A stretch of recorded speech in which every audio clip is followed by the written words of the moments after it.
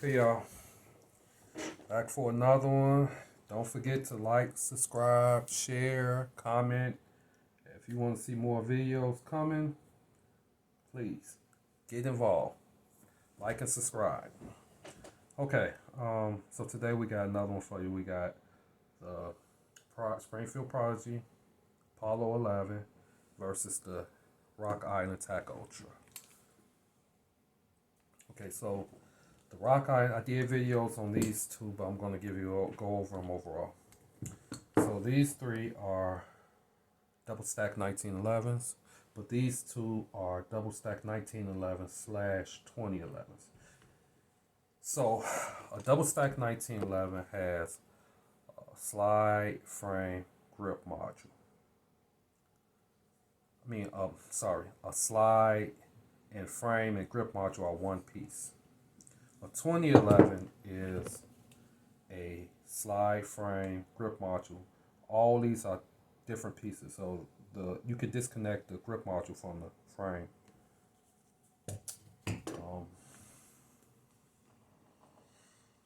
This gun is based off of, which all 1911, 2011s are based off the old Para guns.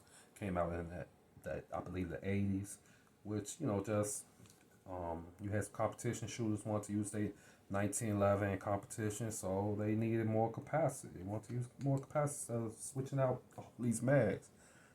So here we go with this. So these take old Para mags. You get one of them that come with the gun. Get one that come with the gun, and then you have to try to find other ones because they are not easy to come by. Your store might get somebody gonna come in and buy all of them because they're hard to come by. Then you can get some Remington R1 mags. Sometimes these are hard to come by too. These work perfectly fine. The only problem is they don't lock back. Well, you can get them to lock back every now and again manually, but when you shoot the gun, they lock back 100% every time. These also have a higher capacity. These are, you can squeeze like a couple of more in these versus the one that come with the gun. Maybe two more. This has a bushing barrel, full-length guy rod, full-length dust cover, full-length tack rail. It has a 5-pound trigger pull. It has a mag well, and it has a parkerized coating. It does have mem parts in it, but the mem parts are not bad. It is a hand-fitted gun.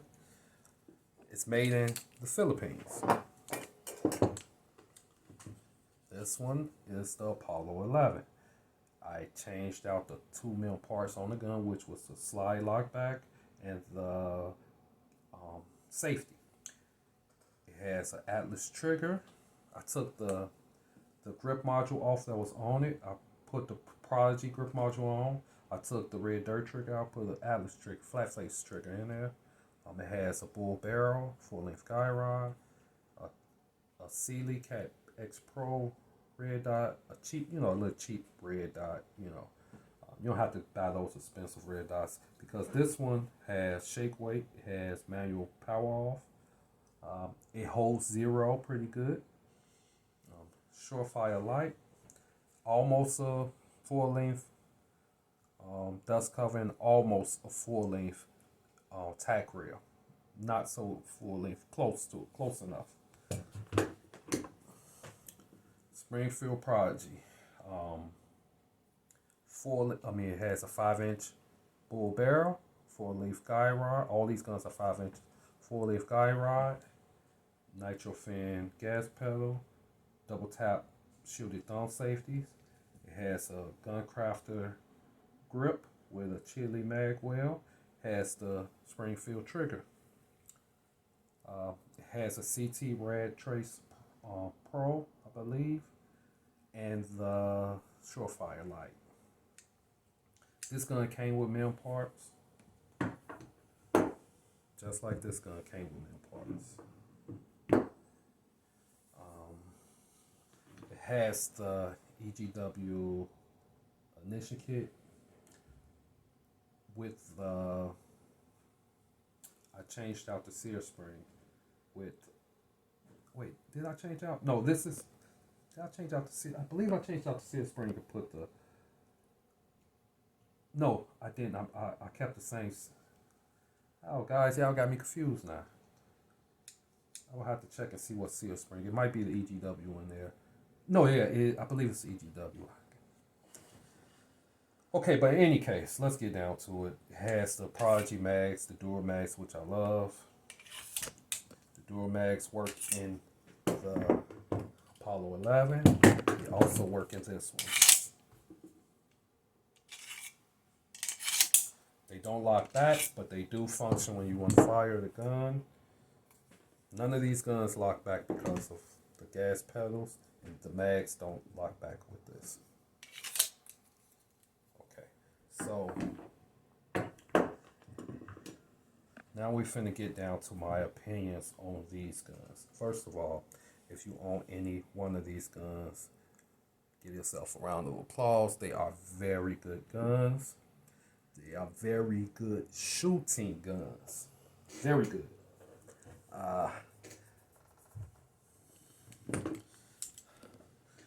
This gun is heavier than these two out of the box. So out of the box, this is going to be your flattest shooting gun. Probably the most accurate out of the box because this came out of the box with like, no. This one came with a close to 6 pound trigger pull. This came with a 4 pound trigger pull. This came with a 5 pound trigger pull, but it's so damn gone heavy that, man, it just shoots extremely flat. So, out of the box, no changes, no modification. This is your flattest shooting one out of the box.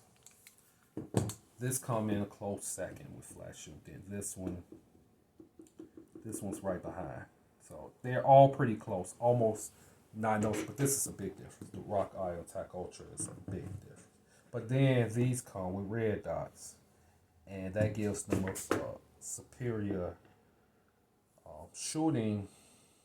I want to say these are superior to the iron sights, so you're going to be a little more accurate with if you have a sighted in red dot more than you will.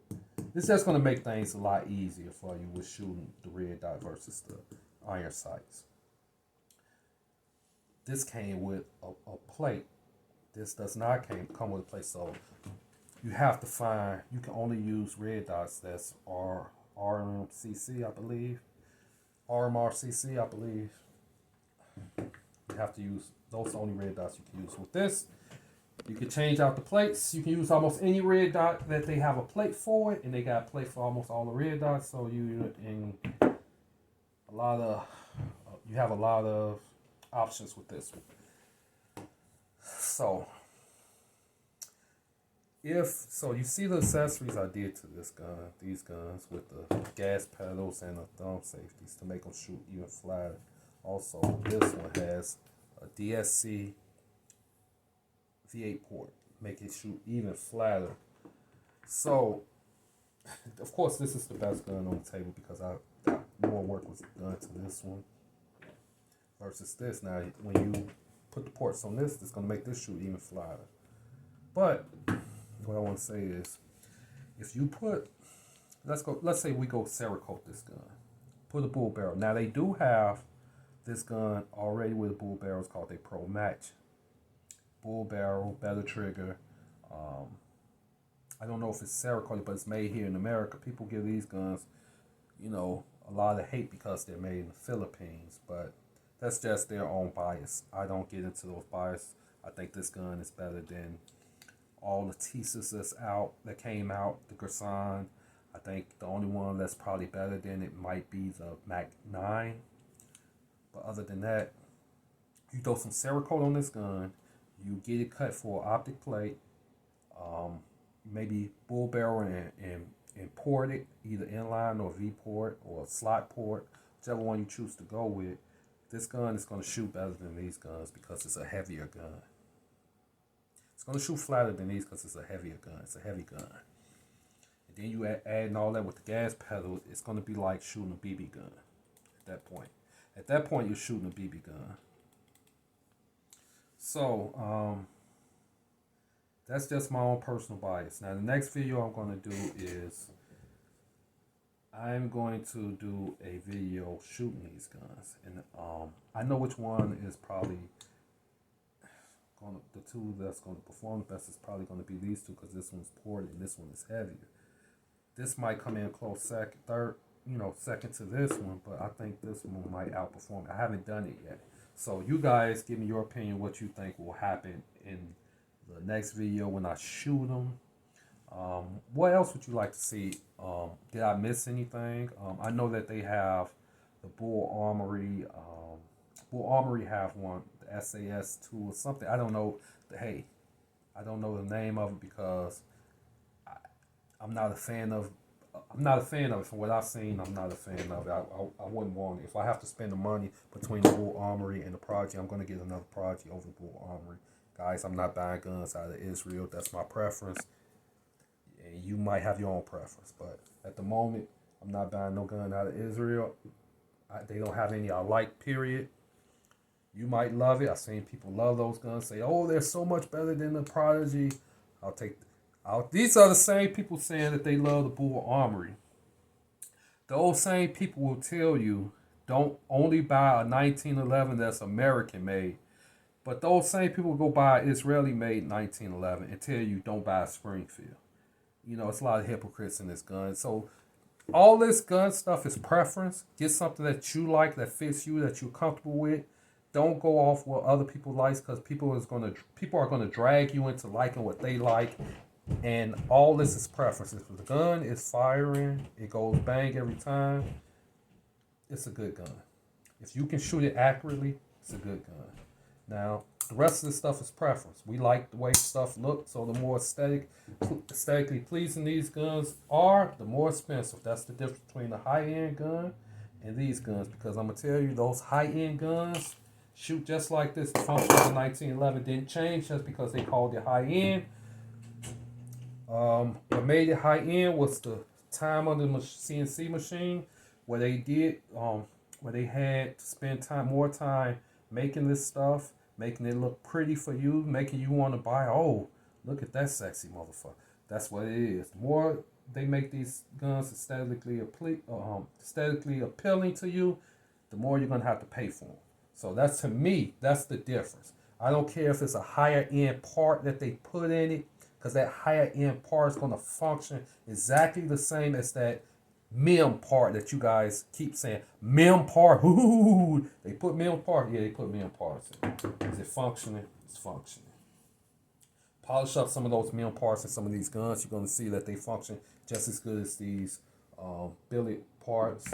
The billet parts in a lot of cases are made better, and they're not going to break. But you have some MIM parts that's going to last just as long as those billet parts and those other tool steel parts. If it's done right, that's a quality control issue. When they making MIM, that's what sometimes give them a bad rep, is that some people, depending on the manufacturer, might not do good quality control.